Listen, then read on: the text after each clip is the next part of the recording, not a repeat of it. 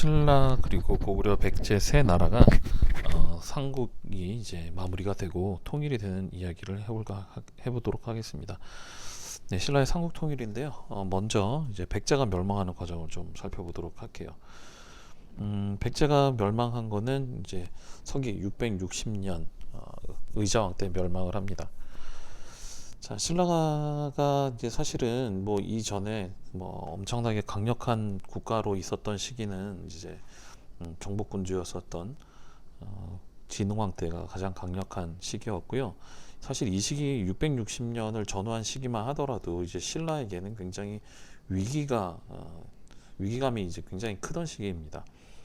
그러니까 신라는 진흥왕 이후에 뭐 진지왕이라든가 진평왕 등을 거치면서 특히나 선덕여왕이라고 하는 여왕의 등장 등으로 인해 내부적으로는 이제 조금 혼란기가 있었고, 거기에 비해서 이제 백제는 그동안에 성왕의 뒤를 이은 무왕이라던가 그리고 이제 의자왕 초창기에 이제 탄탄하게 이제 실력을 키우면서 신라를 계속해서 압박을 하고 있었다는 거죠.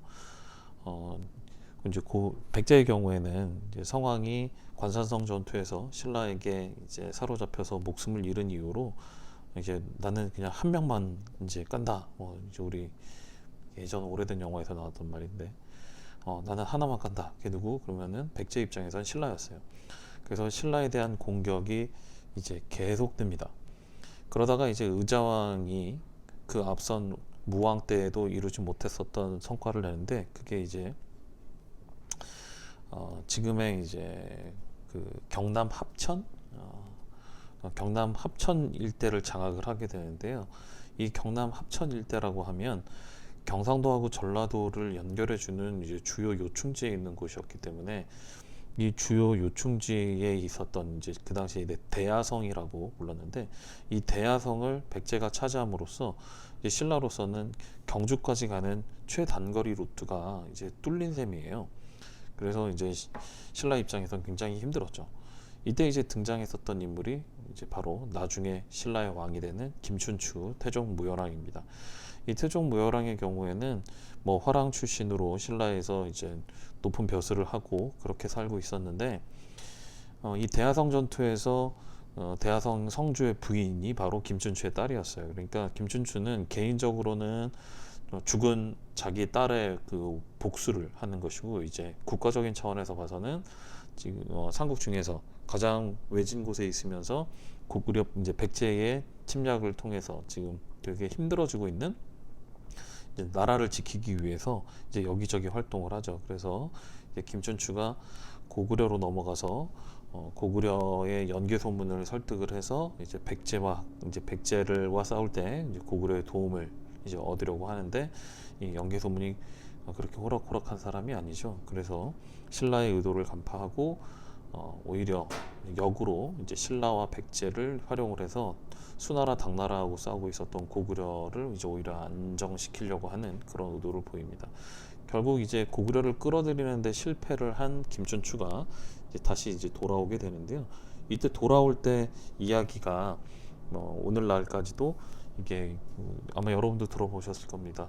토끼와 거북이 이야기, 뭐 달리는 얘기 말고 이제 거북이가 토끼를 꼬셔서 용왕님께 이제 약으로 쓸 간을 가져가려고 했던 그 이야기인데요.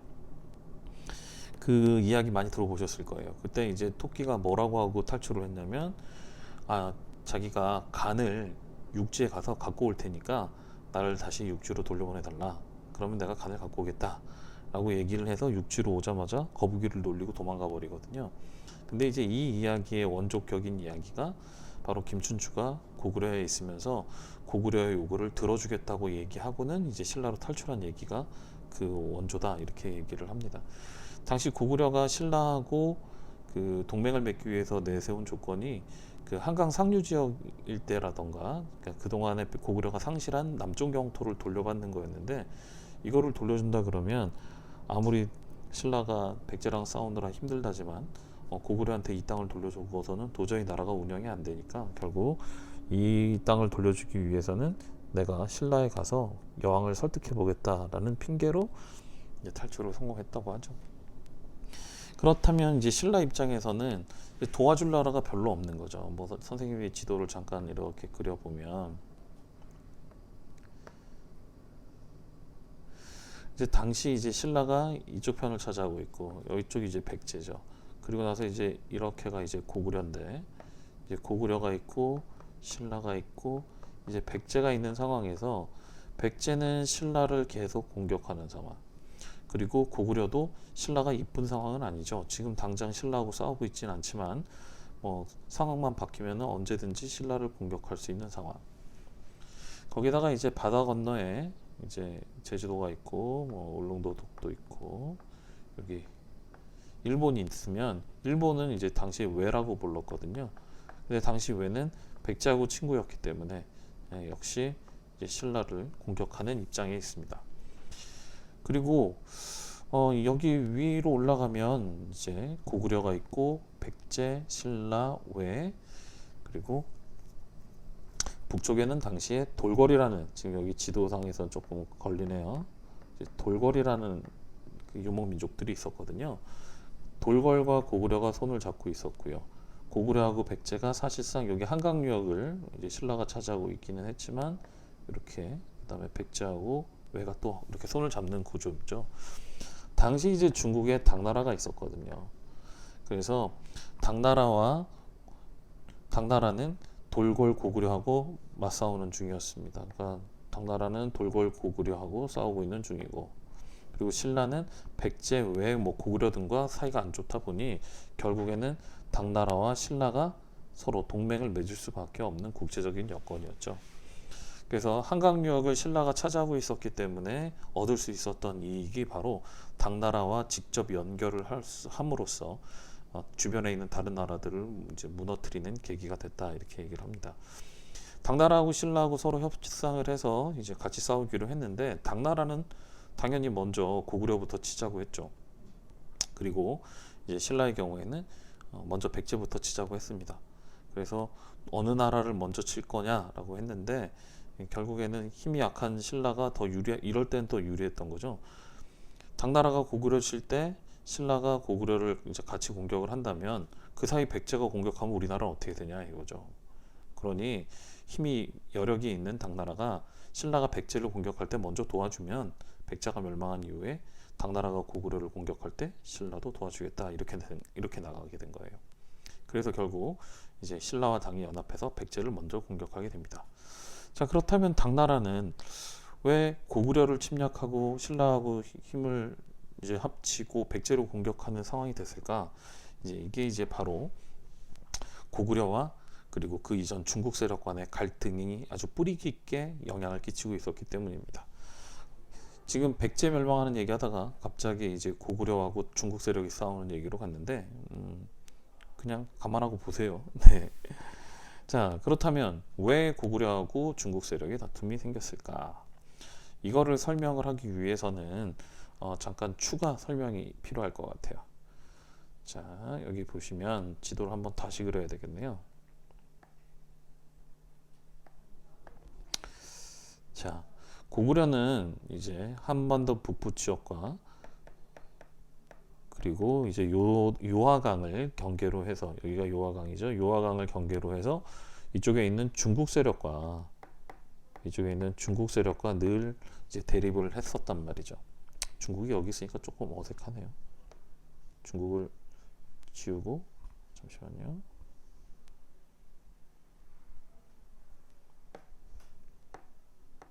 네, 중국을 조금 밑에다가 다시 그리겠습니다. 원래 중국의 중심지는 이쪽이니까. 네. 자, 중국과 고구려는 서로 이제 대립할 수밖에 없는 사이죠. 그런데 이제 중국이 지금 고구려가 한참 성장을 하던 시기에는 중국이 굉장한 혼란기였어요. 이때를 이제 뭐라고 하냐면 5호 16국 시대다 이렇게 얘기를 합니다. 5호 16국 시대. 5개의 오랑캐가 16개 나라를 세웠다. 이렇게 이제 이해하시면 될 것 같아요. 그러니까 중국의 대혼란기. 그러니까 중국이 한나라 시대를 거치면서 한나라가 분열이 되거든요. 그게 이제 여러분들도 잘 아시는 삼국지 시대예요. 그러니까 그러니까 그 뭐라고 해야 되지? 예, 삼국지에 등장하는 유비, 뭐 조조, 뭐 손권, 뭐 이런 애들이 등장하는 시기가 있었고요.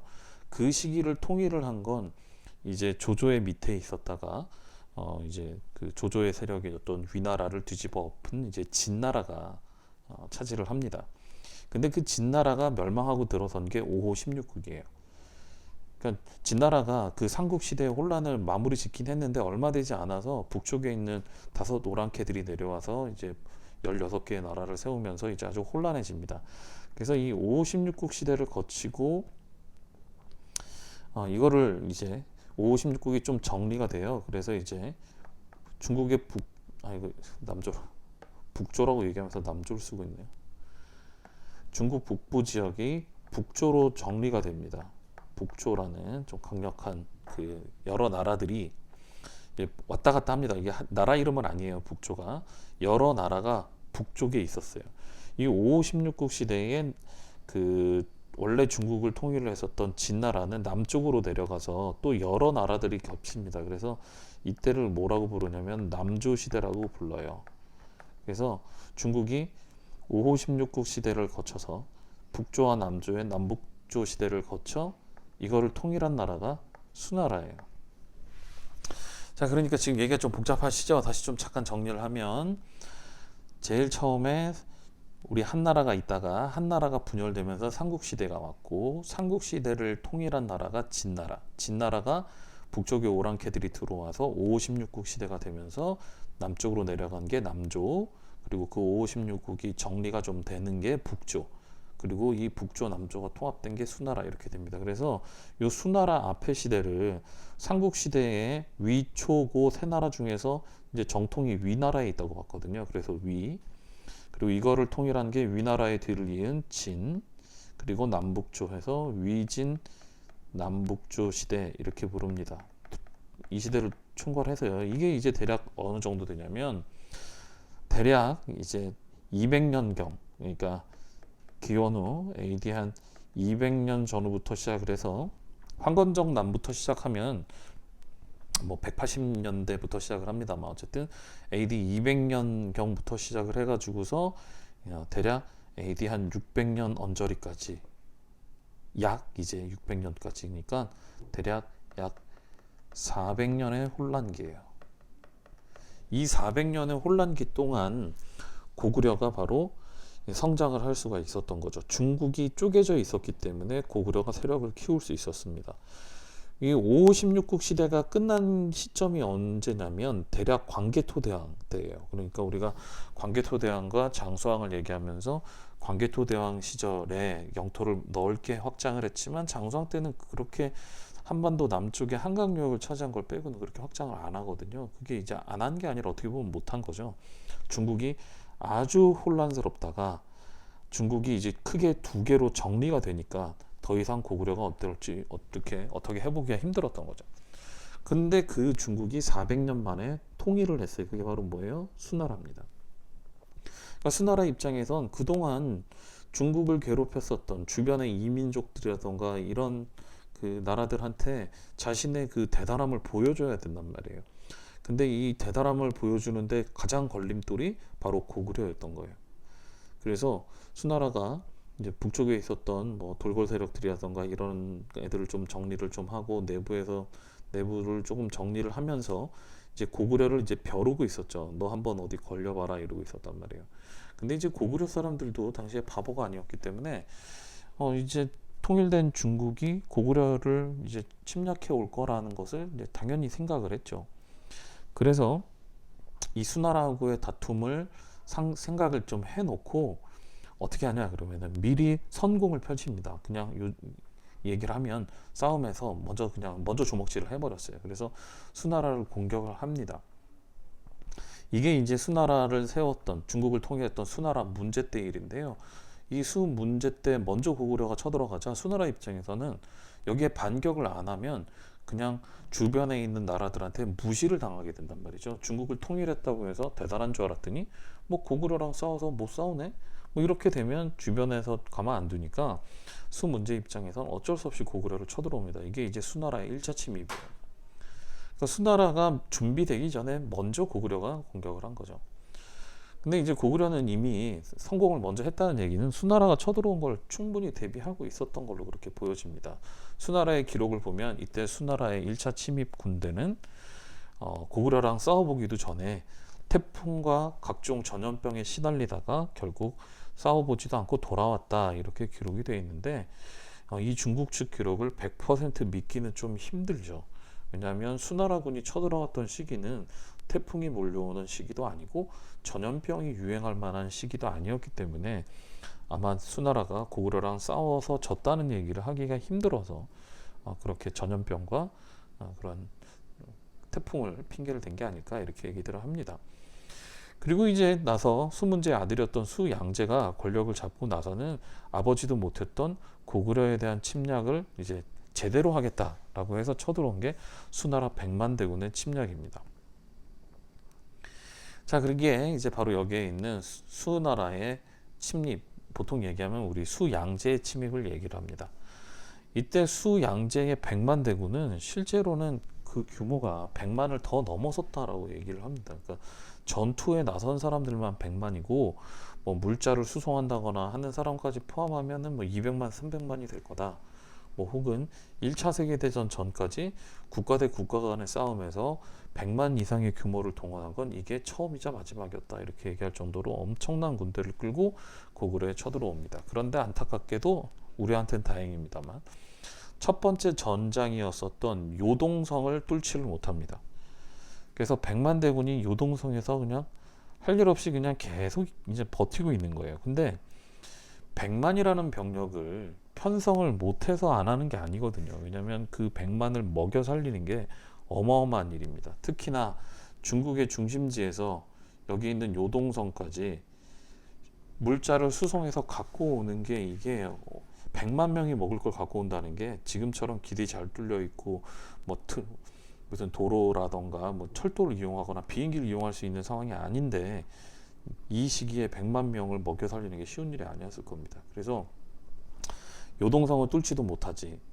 그래서 이제 생각한 게 뭐냐면 이 요동성이 뚫리지 않으면 그냥 요동성을 피해가면 되는 거 아니냐, 이렇게 된 겁니다. 그래서 평양성을 공격하기 위해 요동성을 피해서 병력이 30만의 별동대가 평양성으로 향하고, 또 중국 당나라, 중국 수나라에서 출발한 이제 해군이 배를 타고 대동강으로 와서 빈몸으로 달려온 육군과 보급품을 싣고 온 수군이 대동강과 평양에서 만나서 고구려를 멸망시키는 그런 이제 계획을 세웠던 거죠. 그런데 이 계획은 고구려에 의해서 실패로 돌아가게 됩니다.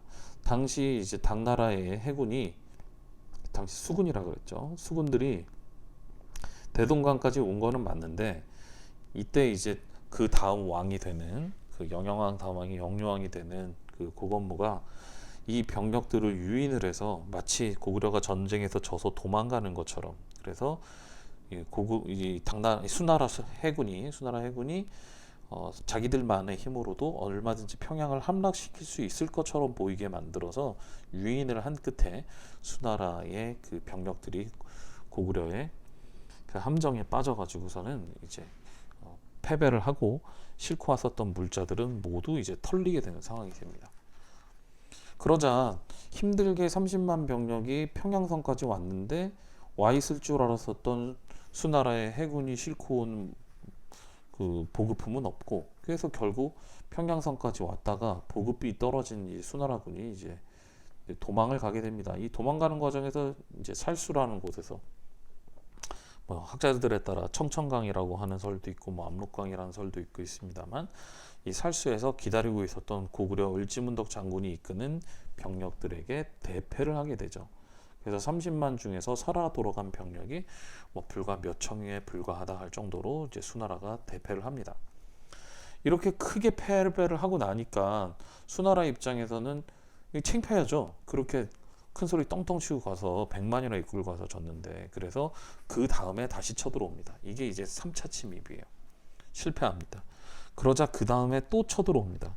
그래서 3년 연속으로 쳐들어와요. 이걸 또 결국은 실패로 돌아갑니다. 그래서 수나라는 문제 때 한 번, 양제 때 세 번 쳐들어왔고요.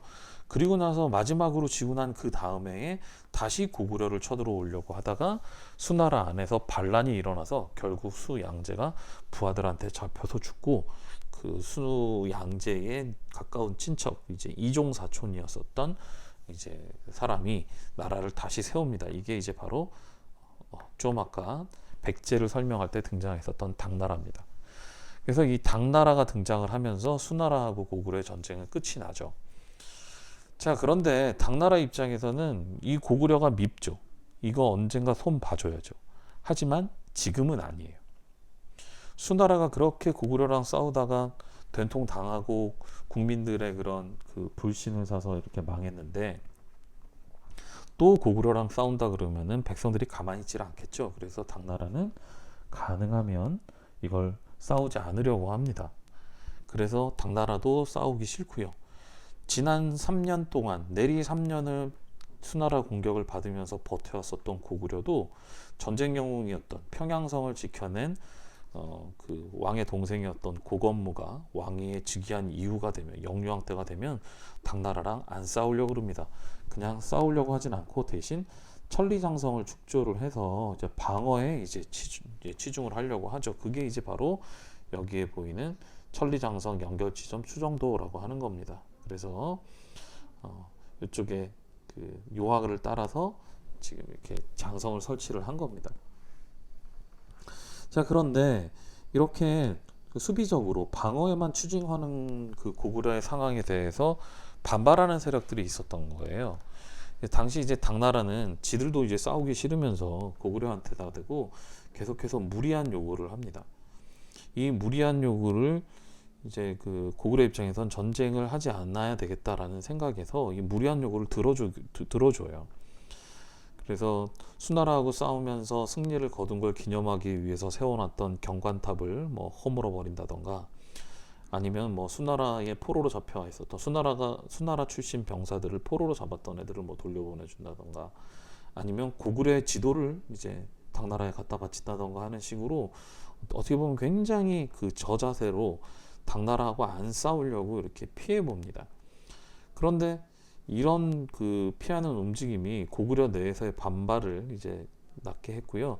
그 과정에서 집권한 사람이 바로 그 유명한 연개소문의 집권입니다. 그러니까 연개소문은 수나라하고의 전쟁 이후 당나라하고의 싸움을 꺼렸었던 영유왕을 이제 제거하고 연개소문의 이제 꼭두각시에 가까운 보장왕을 그 자리에다가 앉히면서 이제 당나라하고 이제 대결하는 구도가 됩니다. 이때 이제 당나라는 이 기회를 노렸다 이렇게 된 거죠. 벌써 이제 한 30년 이상 세월도 지났고 당나라도 좀 안정을 찾았던 데에다가 거기에 지금 현재 고구려가 왕이 교체되고 연개소문이 집권하고 막 하면서 대혼란기에 빠졌으니 어찌하니 좋겠느냐 이렇게 된 거죠. 지금 기회다라고 해가지고서는 쳐들어옵니다. 이때 이제 고구려를 쳐들어왔었던 병력들이 이제 요동성에서 이제 다시 또 한번 이제 싸우게 되는데요. 이때 요동성이 함락이 됩니다. 그러니까 지난번 수나라하고의 전쟁에선 단 한 번도 함락된 적이 없었던 요동성이 당나라 30만 대군에게 바로 함락이 됐다는 얘기는 이게 단순히 당나라군이 잘 싸웠다. 물론 당나라군도 이제 굉장히 단련된 돌궐과의 싸움에서 단련된 병사들이긴 하지만, 근데 고구려 내부적으로 단합이 잘 이루어지지 않은 게 아닌가 이렇게 이제 추정을 합니다. 아무래도 연개소문에게 찬성하는 애들도 있고 반대하는 애들도 있었을 것이고요. 그리고 당나라하고의 싸움을 이제 무서워하는 세력들도 분명히 있었을 거고요. 그래서 수나라하고 싸울 때 한 번도 함락된 적이 없었던 요동성이 함락이 되면서 이제 위기에 빠지게 된 거죠. 거기 주변에 있었던 뭐 신성이라던가 뭐 백암성이라던가 이런 성들이 그냥 손쉽게 막 다 함락이 되면서 이제 그 고구려는 이제 멸망의 위기에 이제 빠지게 된 겁니다. 그때 이제 등장한 전투가 바로 안시성 전투입니다. 양만춘 장군이라는 분이 이끌었다고 알려져 있는 전투인데요. 이 안시성 전투는 사실 그 당나라 태종 입장에서는 굳이 안 해도 되는 싸움이었다고 그러죠. 안시성 싸움은 이제 처음 시작은 우리에게 되게 불리했던 게 안시성밖에 없고, 그리고 안시성 주변에 그 안시성을 돕기 위해서 달려왔었던 뭐 말갈족과 고구려군 연합군이 이 당나라군한테 걸려가지고서 그냥 대패를 해버렸기 때문에 밖에서 도와주러 온 사람도 없었단 말이에요. 그러니까 신하들은 안시성을 굳이 여기서 점령을 하려고 싸울 게 아니라 그냥 안시성에는 병력 일부만 떼어놓고 이제 견제만 하고 이제 바로 국내성이나 평양성으로 진군을 하자라고 이제 당태종의 부하들이 얘기를 했는데 당태종의 자존심이 그걸 허락을 안 했나 봐요. 그래서 나는 반드시 저성을 함락시키고 가겠다. 이게 이제 당태종의 실패죠. 이 안시성은 양만춘 장군의 지휘로 이제 똘똘 뭉쳐가지고서 저항을 멈추지를 않아서 결국 고구려가 다시 힘을 재편할 수 있는 시간을 벌어줬고요. 결국 안시성 싸움에서 끝까지 함락을 시키지 못한 당태종은 뭐 멋진 시를 하나 남기고 양만춘에게 선물을 주면서 네 덕에 고구려가 살 수 있었다 뭐 이런 류의 뭐 시를 남기고 뭐 갔다는데 뭐 또 다른 기록에서는 뭐 놀라서 도망갔다는 기록도 있으니까요. 뭐가 맞는지 모르겠습니다. 자, 결국 이렇게 이제 당태종의 침략을 막고 그 이후에도 당태종이 이제 여러 차례 시도를 했습니다만 결국은 실패해서 당태종이 유언으로 고구려하고는 싸우지 말아라 라는 유언을 남길 정도로 이제 고구려가 잘 싸웠다는 거예요. 그러면서 북쪽의 중국의 침략을 막으며 이제 방파제 역할을 잘 해줬던 거죠. 근데 이제 다시 또 세월이 좀 지나 이제 당나라의 고종이 왕위를 물려받으면서 아버지 때 못했었던 일을 해봐야지 라고 하던 중 신라에서 앞에 처음에서 얘기했었던 신라에서 김춘추가 건너와서 같이 손을 잡고 싸워보자 라고 했을 때 손을 잡고 백제를 공격을 합니다. 당시 이제 백제 입장에서는 바다 건너에 있는 당나라가 설마하니 배를 타고 건너와서 특별히 뭐 호불호가 없는 우리를 공격할까라고 생각했던 게 패배의 원인이었던 것 같아요. 그래서 백제는 신라하고 맞서 싸울 만한 그런 뭐 준비는 어느 정도 돼 있었겠지만 뭐 기록을 보면 의자왕이 나라를 혼란에 빠뜨리고 뭐 이렇게 돼 있는데 이렇게 혼란에 빠뜨렸다고 그렇게 이렇게 나라가 쉽게 망하진 않거든요. 이거는 당나라라고 하는 그 외부의 큰 변수를 고려하지 못하고 있다가 갑자기 당나라군이 나타나자 이제 백제가 제대로 못 싸웠던 게 아닌가 싶습니다. 그래서 신라와 뭐 유명한 전투죠. 황산벌 전투에서 개백의 뭐 결사대가 신라군과 맞서 싸웠지만 결국은 개백 장군이 뚫렸고 그럼 나머지 도대체 백제 병력은 어디 있었을까? 그럼 아마 나머지 병력은 당나라하고 싸우는데 투입이 됐던 것 같아요. 결국 백제의 수도인 사비성이 포위가 되고 이 포위가 되기 직전 의자왕은 공주 지금의 이제 공주죠 웅진성으로 탈출하는 데 성공을 했는데 사비성을 지키라고 남겨놨던 왕자들끼리 지들끼리 다투다가 성문을 열어줘 버리면서 사비성이 함락됐다는 소식을 듣자 당나라에 항복을 했다. 이게 이제 공식 기록입니다. 근데 이제 최근에 들어서는 의자왕이 뭐 사비성이 함락됐다고 항복을 했다라고 보다는 의자왕이 믿고 들어갔었던 웅진성 주변의 세력들이 사비성이 함락됐다는 소식을 듣자 의자왕을 사로잡아서 당나라에 넘긴 게 아니냐 뭐 이런 설이 요즘 들어서 크게 사람들의 관심을 받고 있는 중입니다. 어쨌든 백제는 멸망을 했고요. 이후 다시 이제 백제를 살리기 위해서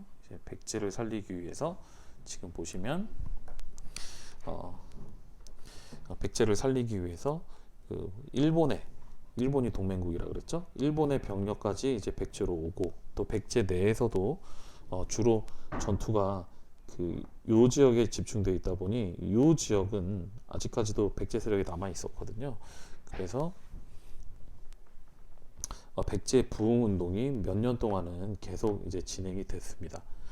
그렇지만 결국 이제 실패로 돌아갔고요. 이제 자기 안에서 주요 지도자들 간에 갈등이 생긴 끝에 결국은 이제 스스로 거의 붕괴하다시피 해서 무너졌고요.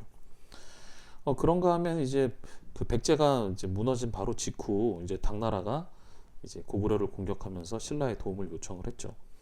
그때 이제 전략은 앞서서 이제 살펴봤지만 지금 중국의 수나라가 썼던 수나라 그 백만대군이 쳐들어왔을 때 별동대를 이제 평양성으로 보냈었던 평양성으로 그냥 바로 달려가는 전술을 쓰고 대신 신라는 이쪽에서 군량미를 운반해줘서 그러니까 병력은 당나라가 되고 식량이라던가 물자는 신라가 되는 구도로 이제 생각을 했던 거예요. 그런데 고구려의 연개소문이 바보가 아니거든요. 그래서 당나라군은 내버려 두고 신라군이 이제 신라군 병력이 갖고 오는 물자만 이제 주로 노려서 공격을 했답니다. 그러다 보니 약속을 했었던 기한보다 신라 병사가 늦게 도착을 해서 막 당나라 장군들이 펄펄 뛰면서 이제 막 신라에게 책임을 돌리고 한 끝에 결국에는 이제 실패로 돌아갔답니다.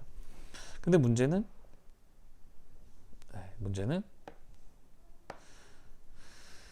연개소문이 죽죠. 연개소문이 죽으면서 후계자 문제를 놓고서 다툼이 벌어집니다. 큰 아들이었던 남생이 당나라로 이제 도망을 가면서 요동 방어선이 붕괴가 됩니다. 남생이 원래 요동 지역을 지키는 방어 책임자였는데 이 방어 책임자가 당나라로 넘어가서 당나라 편을 들었으니 이게 제대로 될 리가 없죠. 그래서 결국 668년에 당나라 군대가 평양까지 도착을 했고 이번에는 신라가 운반해왔던 식량과 여러 물자를 막지 못했기 때문에 평양성이 포위가 된 거고요. 이 포위 끝에 내부에서 또 반란을 일으킨 세력들이 등장해서 평양성의 문을 열어주면서 결국 668년 나당연합에 의해서 고구려가 멸망을 하게 됩니다. 자, 그런데 이 나당연합군에 의해서 고구려가 멸망한 이후 국제사회는 재편된 게 잠시만요. 여기 보면 지금 돌궐이 당나라에게 무너졌고요. 고구려 망했고요. 백제도 망했죠. 그렇다면 지금 남아있는 건 당나라하고 신라 그리고 일본의 외입니다. 자, 그래서 당시 일본이 어떻게 했냐 그러면 이제 다음번은 우리 차례다 이렇게 된 거예요.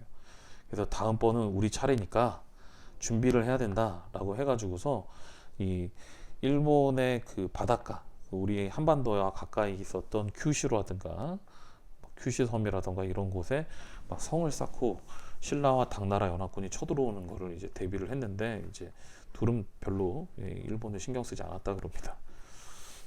자, 결국에 둘밖에 안 남았으니 결국에는 당나라가 이제 야욕을 드러내는 거죠. 고구려도 없고 백제도 없으니 이제 신라만 장악하면 이제 한반도를 장악할 수 있으니까요. 그래서 이제 신라를 이제 자극을 하죠. 신라를 자극을 하니까 신라 입장에선 이렇게 있다가는 그냥 잡아먹히겠다 이렇게 생각이 든 거예요. 그래서 결국 신라는 고구려와 백제 유민들과 연합을 하면서 이제 싸움을 시작을 합니다. 이게 바로 나당 전쟁이에요. 신라와 당나라의 전쟁이라는 뜻입니다. 이 신라와 당나라 전쟁에서 고구려 백제 유민을 활용을 한 게 신의 한 수죠. 왜냐하면 이 백제 지역에 주둔하고 있었던 당나라군, 고구려 지역에 주둔하고 있었던 당나라군, 신라 입장에선 두 곳의 적과 싸워야 되는 상황인데 고구려 유민들이 이곳에서 당나라 군대를 잡아주고 있는 동안 백제 지역에 들어와 있었던 당나라군을 지워버리고 그리고 나서 이쪽에 북쪽에 자리하고 있었던 당나라군과 이제 맞상대를 하겠다는 전략인데 이게 성공을 했습니다. 이 성공이 이제 대표적인 게 기벌포 해전이라고 해서 금강하구에서 당나라의 수군을 이제 금강하구 전투에서 승리를 거뒀고요. 또 매소성 전투라고 해서 지금의 철원 지역에 당나라군 20만 병력을 막아내는 데 성공을 합니다. 그러자 이제 더 이상 이제 그 당나라 입장에서는 지금 이곳에도 상황도 문제지만 당나라 입장에서는 한 이 정도쯤 되는 그 여러 유목민족들과의 다툼 때문에 더 이상 신라를 건드릴 상황이 안 됐거든요. 그래서 결국 평양에 설치했던 안동도읍을 이제 철수를 하면서 결국 676년 삼국의 통일이 완성이 됩니다. 이 삼국 통일이 이제 완성이 된 이제 의의를 좀 평가를 해보자면 첫 번째는 백제와 고구려의 그런 문화를 수용을 해서 백제와 고구려의 문화를 수용해서 이제 소위 얘기하는 우리나라의 문화를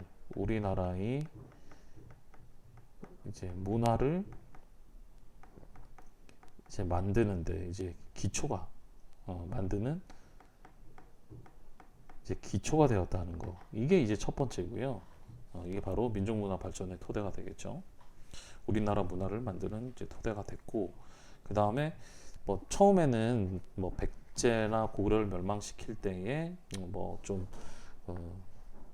걔들의 도움을 받은 게, 당나라의 도움을 받은 게 조금 그렇긴 합니다만, 어, 결국에는 당나라랑 싸워서 이겼으니까 이제 자주적인 통일이었다는 것, 그리고 최초의 통일이었다. 그래서 이 세 가지를 이제 보통 삼국통일의 의의라고 얘기를 합니다. 다시 한번 보시면 고구려 백제의 문화를 수용을 해서 우리나라 문화의 기초를 만드는 계기가 되었고, 또 자주적인 통일이 되었고, 또 최초의 통일이었다. 이렇게 이제 의의를 얘기합니다. 자, 오늘 영상은 이제 여기까지 하는 걸로 하고요. 우리 다음 시간에 계속하도록 하겠습니다. 수고들 하셨습니다.